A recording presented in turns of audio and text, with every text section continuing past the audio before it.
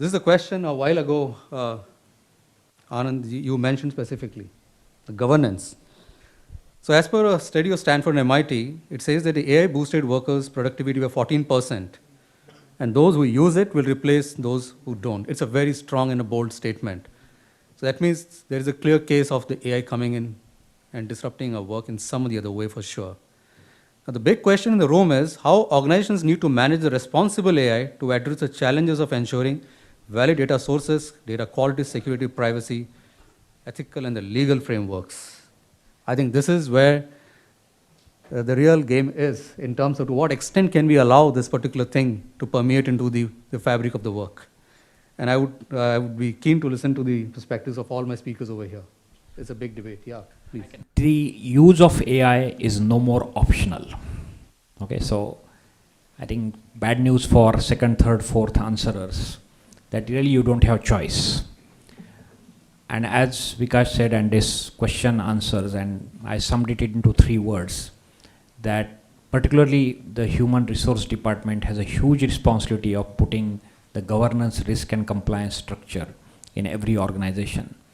And the ethical use of AI is one of the most important topic which every business leader, every organization, every HR person or every individual. For example, we just secured a deal with a law firm, and while we were serving their employees, the managing partner of the law firm said, "Oh, we don't use generative AI. We are a very, very ethical company." But when we started surveying the paralegals and little junior people who are working on cases, naturally all the summarization was done by ChatGPT in their organization. So it is very serious issue where the education on AI is most important. Its use of ethics is very important. The plagiarism, the content being projected as drafted by you or any output, every organization has to have the governance, risk and compliance structure. So it is important because you cannot avoid using this technology, and you should not. Every business should make best use of it, but under a GRC structure.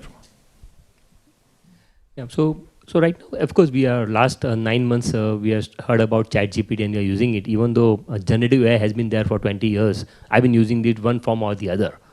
Generative, the RNN part, reinforcement learning, like combination of all those, we were able to use it in the past. But now, why ChatGPT? What is the benefit? Yes, you're getting something output faster. But if you look at the bigger portion, right, of AI, GRC has to be there, no doubt about it, without which definitely we should not move forward. But good to do some R&D, good to understand about what all things possibly we can do. Okay, now especially with employees and everything, right, what are the tasks which they do which is can be automated?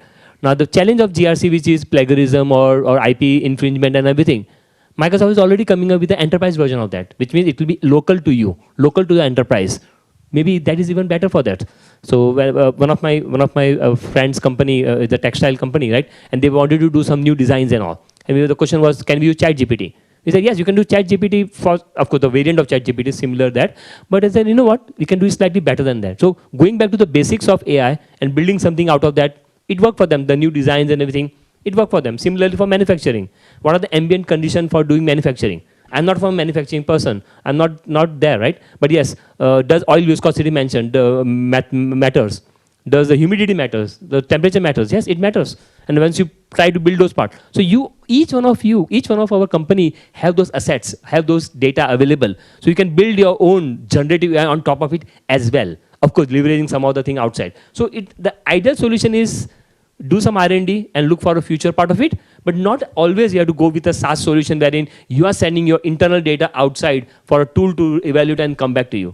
Yes, I know, I'm a digital person, I've done all the SaaS offering and everything, but some data like HR data, way too sensitive, don't want it to go out, right? So we do this balance around those, and the last part around those, technology will always continue to evolve. Right now we're talking about ChatGPT and we think AI is done, right? There are a lot more things. I still think we are probably 2 or 3% of the benefit of AI we can leverage, but a lot more can be done further. So maybe investment in those areas, understanding how do we capture each of the behavioral data, each of the internal data, and then build something out of it would be the future probably.